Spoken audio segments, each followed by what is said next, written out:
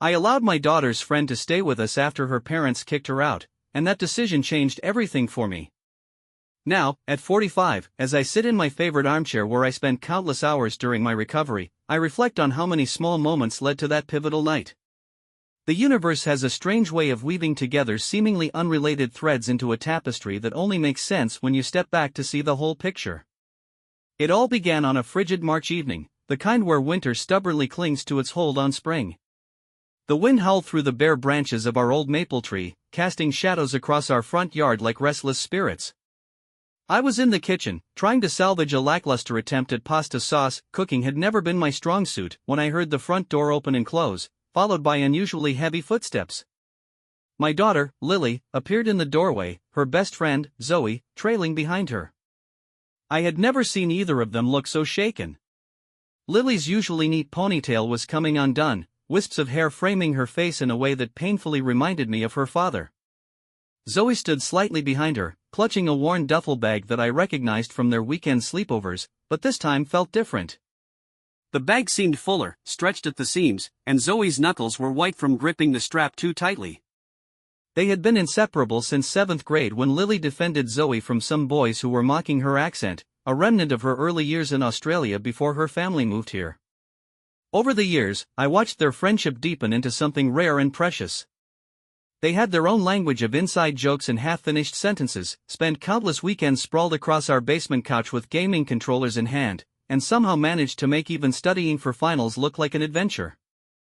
Zoe had become such a fixture in our home that she had her own designated cereal bowl and a favorite spot on our worn leather couch.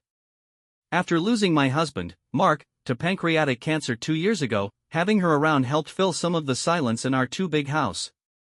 She brought laughter back into our lives when we needed it most, never pushing too hard but always there with a terrible pun or a new recipe she wanted to try. So, when she stood in our living room that evening, trying to blink back tears while staring at the familiar carpet, the one with the coffee stain from last year's movie marathon, I felt my heart constrict. Lily's voice trembled as she explained, her words tumbling out in a rush of anger and worry. "Mom, Zoe came out to her parents at dinner," she said, unconsciously stepping closer to her friend. "They didn't take it well. They told her she either needs to fix herself or leave. Can she stay here, please?" Zoe finally looked up, her dark eyes swimming with unshed tears. She seemed smaller somehow, her usual confident posture replaced by something more fragile. "I can sleep on the couch, Mrs. Thompson," she whispered, her voice barely audible over the humming of our ancient refrigerator. "Just until I figure something out. I promise I won't be any trouble." I didn't hesitate, not even for a second. "Zoe, honey," I said, walking over to them, "the guest room is yours for as long as you need it." No argument about the couch. The relief that flooded both their faces made my throat tight. These were just kids, 17-year-old kids, who should be worrying about prom dresses and college applications, not where they were going to sleep at night. Lily started crying then, big hiccuping sobs that she tried to muffle in Zoe's shoulder as they hugged. I pretended not to notice, busying myself with turning off the stove and ordering pizza instead. Some moments deserve privacy, even in a crowded kitchen. The first few weeks were an exercise in adjustment for all of us. Since losing Mark, Lily and I had developed our own quiet routine. Mornings were a bleary-eyed dance of sharing the bathroom and gulping down coffee. Evenings usually meant takeout containers spread across the coffee table while we watched cooking shows, ironic, given our mutual lack of culinary talent. Mark had been the cook in the family, creating elaborate Sunday brunches that became neighborhood legends. Having Zoe permanently in our space changed the rhythm of our days, but in ways that felt surprisingly natural. She was unfailingly respectful, insisting on doing her share of chores and even teaching Lily how to properly sort laundry, a skill that had somehow eluded both of us. The first time I came home from work to find the dishes done and dinner actually cooking on the stove, I nearly cried. It turned out Zoe had spent years learning to cook from her grandmother, soaking up family recipes and techniques like a sponge. I told her that all we could do was ensure Zoe knew she was loved and safe here. What none of us realized at that moment was that Zoe's presence in our home would become more than just an act of kindness, it would be the thread that kept me tethered to this world. Just 6 weeks later, the irony wasn't lost on me. In trying to provide a safe haven for someone else's child, I ended up ensuring my own daughter wouldn't lose her remaining parent. I own Chen Construction, a small but growing company that specializes in sustainable building practices. It's not exactly what my traditional Chinese parents had envisioned when they pushed me toward business school, but Mark had always supported my dream of creating something meaningful. That particular night in May, I had stayed late at the office, poring over bid proposals for what could be our biggest project yet, a series of energy-efficient affordable housing units. The numbers were finally adding up, and satisfaction had replaced the tension headache I'd been nursing all day. By the time I pulled into our driveway, the digital clock on my dashboard read 12:47 a.m. The house was dark except for the hallway light we always left on for Zoe, its warm glow spilling onto the front porch like a beacon. The first twinge in my chest felt like indigestion, probably from the greasy Chinese takeout I'd eaten hunched over my desk. I made it inside, turning down the security system with fingers that felt oddly clumsy. The pain intensified suddenly, a vice grip around my heart that drove me to my knees. The cool kitchen tiles pressed against my cheek as I struggled to breathe, each intake of air feeling like I was trying to inhale through a coffee stirrer. My phone was still in my truck. I had been gathering papers and must have left it in the cup holder. Panic started to set in as I realized I couldn't get up, couldn't call for help. The house phone was on its charging base in the living room, which might as well have been miles away. Black spots danced at the edges of my vision, and all I could think was, not like this, please, not like this. Lily can't lose both parents. Then I heard it, the soft creak of the stairs followed by quick, light footsteps. Zoe appeared in the kitchen doorway, her eyes widening as she took in the scene. She was wearing the oversized Star Wars t-shirt Lily had given her, her dark hair in a messy braid over one shoulder. Later, she would tell me that she had developed the habit of sleeping lightly at her parents' house, always alert for the next argument, the next crisis. That hypervigilance, born from years of anxiety, ended up being my salvation. She assessed the situation with a clarity that still amazes me. "Mrs. Chen, can you talk?" When I managed a weak nod, she immediately pulled out her phone. "I think you're having a heart attack. I'm calling 911, okay? Just try to stay with me." While she spoke to the dispatcher, giving our address and my symptoms with remarkable composure, she helped me into a more comfortable position, propping me up against the cabinet. "Lily's health class did a unit on heart attacks last semester," she explained, disappearing briefly and returning with a bottle of aspirin from our upstairs bathroom. "The teacher was really thorough. Here, can you chew this?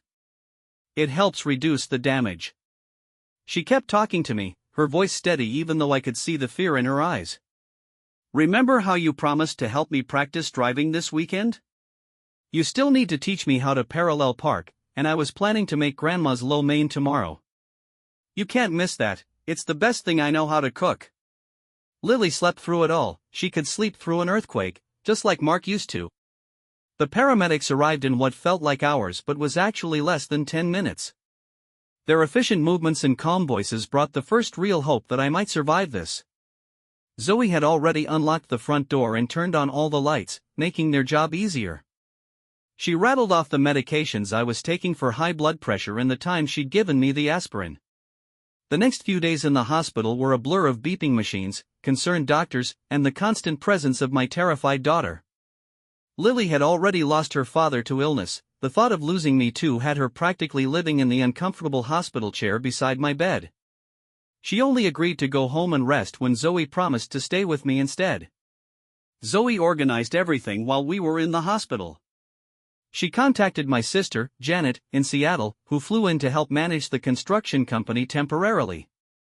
She spoke with Lily's teachers, explaining the situation and securing extensions on their upcoming assignments. She even coordinated with our neighbors to water the plants and bring over casseroles that filled our freezer. Recovery straightening her spine the way she did before debate team competitions, the change in Zoe was striking. Gone was the scared girl who had arrived with a hastily packed duffel bag. In her place stood a young woman who knew her own worth. "I love you both," she said carefully, "and I'm willing to work on our relationship, but I need to see real change, not just words." She glanced at Lily and me. "This is my home too now. These people are my family too." Her father started to raise his voice. Old habits die hard, but stopped when Zoe didn't flinch. Instead, she met his gaze steadily, something she had never been able to do before. "I saved a life," she said quietly. "I'm the same person I was before you knew I was gay, and that person is someone you raised to be caring and capable. I won't pretend to be someone I'm not even for you." The silence that followed was heavy with years of expectations, cultural traditions, and the gradual recognition that sometimes love requires us to expand our understanding rather than demand others shrink themselves. Finally, Mrs. Rand stepped forward and did something she hadn't done since Zoe was small. She hugged her daughter. "We worked out a compromise. Zoe would stay with us during the week for school and spend weekends with her parents, giving everyone time to adjust and rebuild trust." To everyone's surprise, her parents started attending PFLAG meetings voluntarily. "We have a lot to learn," Mr. Rand admitted gruffly, "but we don't want to lose our daughter." Last night, I overheard Lily and Zoe talking in the kitchen while preparing dinner, butter chicken, but with Greek yogurt instead of heavy cream, another of Zoe's heart-healthy adaptations. Lily was thanking her again for saving my life, and Zoe's response brought tears to my eyes. "You guys saved me first," she said softly. "Before that night, I didn't know what family was supposed to feel like. Real family, the kind that loves you without conditions, that makes space for who you are instead of who they want you to be." The doctor said if I hadn't received help so quickly that night, the damage to my heart would have been severe, possibly fatal. Instead, I'm here, healthy enough to see both girls off to state university next fall. They both got accepted with scholarships, and there was never any question about them going to different schools. The money I'm saving on medical bills is going into a college fund for Zoe, something that initially upset her parents until they realized it was our way of saying she truly is part of our family. To my surprise, the Rands started matching my contributions to Zoe's college fund. "We may have stumbled," Mr. Rand told me during one of our now regular Sunday brunches, "but we want to do better. It's not perfect, change rarely is, but it's genuine progress." Sometimes I sit in Mark's old reading chair, watching these two remarkable young women doing homework, playing video games, or attempting to cook something complicated, and I think about how family finds us in unexpected ways. I believe he would be proud of how our home has evolved, how we've grown from a grief-stricken mother and daughter into something larger and more resilient. He always said our house had too many empty rooms anyway, too many parents struggling to accept their LGBTQ+ children. Life is precious and surprisingly fragile.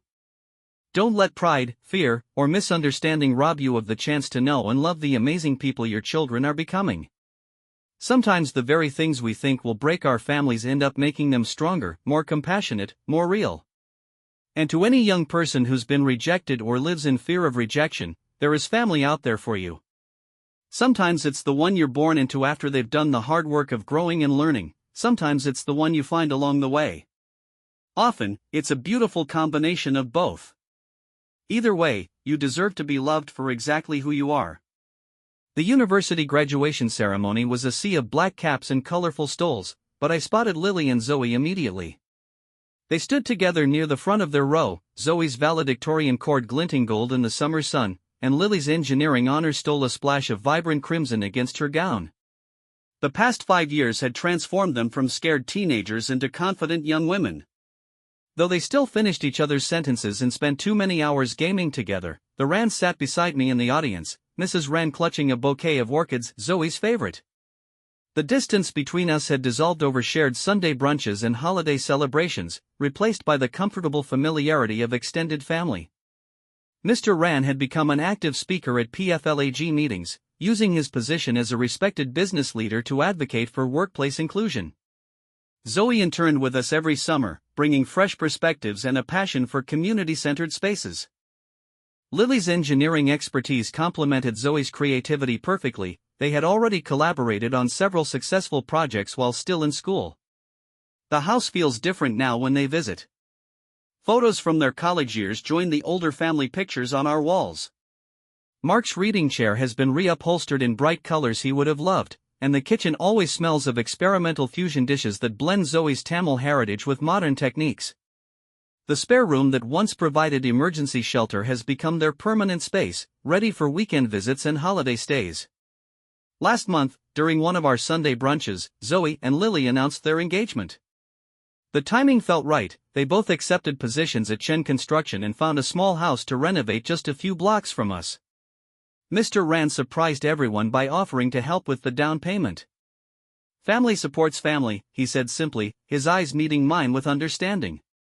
The wedding planning has already begun, a beautiful chaos of merging traditions.